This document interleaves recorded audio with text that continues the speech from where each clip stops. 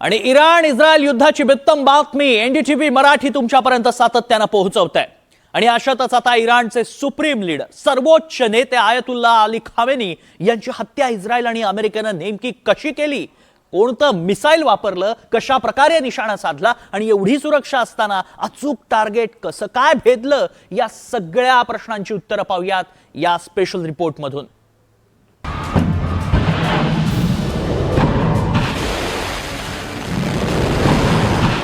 खामेनींचा खात्मा कसा साधला अचूक निशाणा।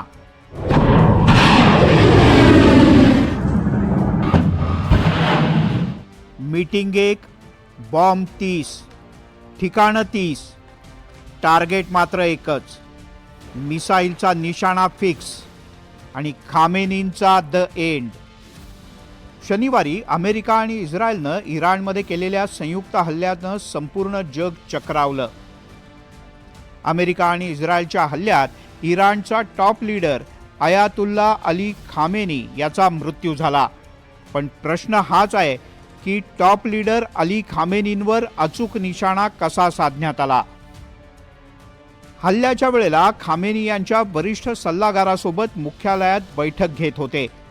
इस्रायली गुप्तचर संस्थांना खामेनींच्या लोकेशनची नेमकी माहिती मिळाली। इस्रायली लढाऊ विमानांनी इराणमध्ये अनेक ठिकाणांवर एकाच वेळेला बॉम्ब वर्षाव केला, ज्यात खामेनींच्या निवासस्थानासह इराणची हवाई संरक्षण यंत्रणा आणि क्षेपणास्त्र तळांना सुद्धा लक्ष्य करण्यात आलं। इस्रायलच्या फायटर्सनी खामेनी असू शकतील अशा 30 ठिकाणी एकाच वेळी बॉम्ब वर्षाव केला। F-35 आणि F-15 या फायटर्स विमानांनी हे हल्ले केले। खामेनींची सुरक्षा सल्लागारांच्या सोबत बैठक सुरू असतानाच हा हल्ला करण्यात आला। या हल्ल्यात खामेनी आणि त्यांचे सुरक्षा सल्लागार ठार झाले। आजकाल ते तंत्रज्ञान इतकं समोर गेलेलं आहे की जर तुम्हाला पाहिजे असेल तर भ्रमण करणारा उपग्रह बरोबर त्या जागी येऊन थांबू शकतो आणि तो जे काही त्याचे कॅमेरे आहेत ते त्या टार्गेटकडे येऊन त्याचं सतत चित्रण करू शकतो।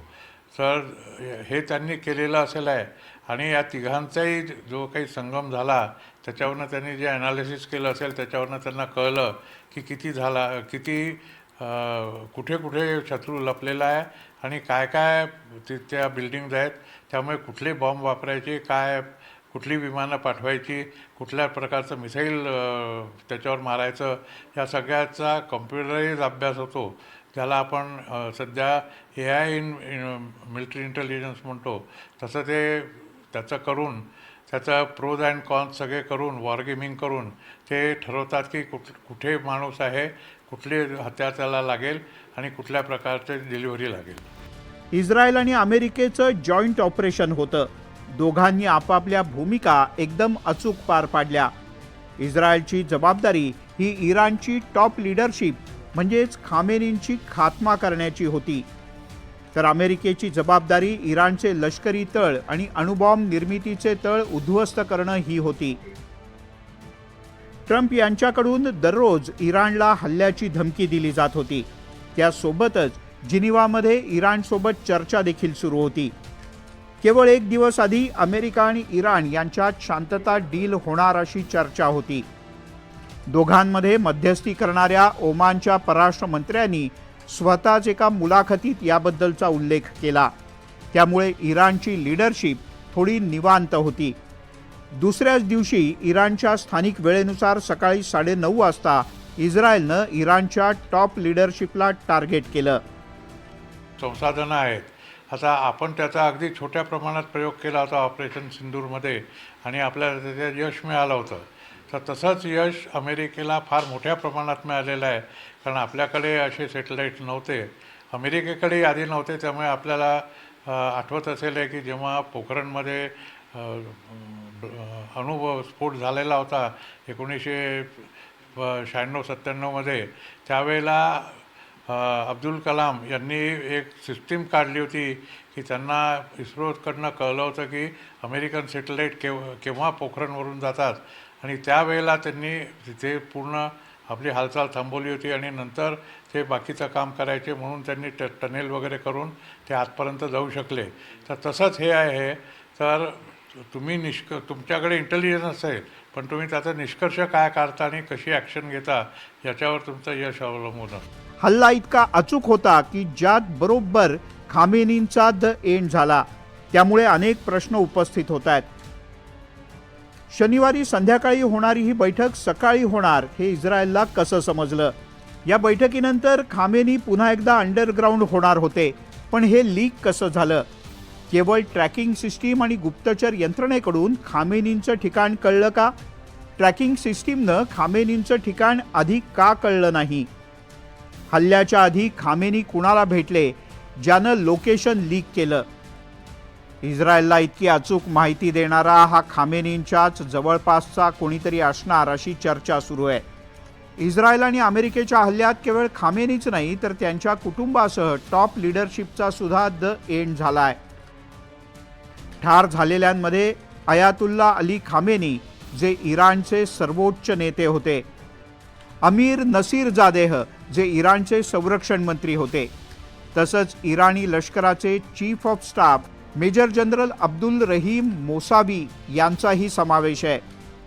मोहम्मद पाकपूर हे IRGCचे कमांडर इन चीफ होते, तर अली शामखाई हे वरिष्ठ सुरक्षा सल्लागार होते. या सगळ्यांच्या सोबत लष्कराच्या गुप्तचर विभागाचे प्रमुख सालाह अझदी आणि खामेनींचा लष्कर ब्युरोचा प्रमुख मोहम्मद शिराजी याचाही मृत्यू झालाय. मृतांमध्ये अयातुल्ला खामेनींची मुलगी, जावई, नातू, सून या सगळ्यांचा समावेश असल्याची माहिती समोर येते. चर्चा केल्या जात आहे, कारण अमेरिकेची जी पूर्ण आर्थिक व्यवस्था आहे ती ज्यू लोकांच्या हातामध्ये आहे आणि अमेरिकेने यांना फर्स्ट वर्ल्ड वॉरपासनं वचन दिलेलं होतं ज्यू लोकांना की आम्ही तुम्हाला एक सेपरेट राष्ट्र बनवून देऊ ब्रिटनच्या बरोबरच. आणि ब्रिटनने याच्यातनं माघार घेतली, पण अमेरिकेने यांचा पूर्ण पाठपुरावा केला. त्याच्यामुळे इस्रायलचं रक्षण करणं हे अमेरिकेची एक नैतिक आणि भावनिक जबाबदारी आहे असं माझं मत आहे आणि ते पूर्णपणे ते पार पाडतात आहेत.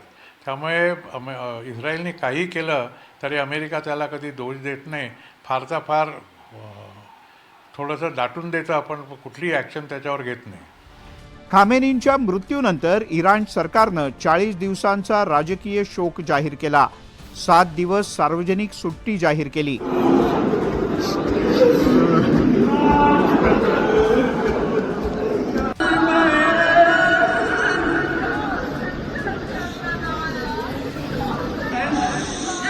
इराणचा टॉप लीडर खामेनीच्या मृत्यूनंतर इराणी सैन्य इस्लामी रिव्होल्युशनरी गार्ड कॉर्प्सनं एक प्रतिक्रिया दिली आहे. इराणी सैन्यानं आम्ही एक महान नेता गमावलाय. त्यांचं हौतात्म्य आम्हाला आणखीन ताकद देईल. आम्ही खामेनींच्या मृत्यूचा बदला नक्कीच घेणार. जे अल्लाहच्या मार्गात मारले गेले त्यांना मृत समजू नका असं या शोकसंदेशात म्हटलंय. इराणनं बदला घेण्याची अधिकृत घोषणा केली आणि प्रत्युत्तराचे हल्ले पण सुरू केलेत. Bureau report, NDTV Marathi.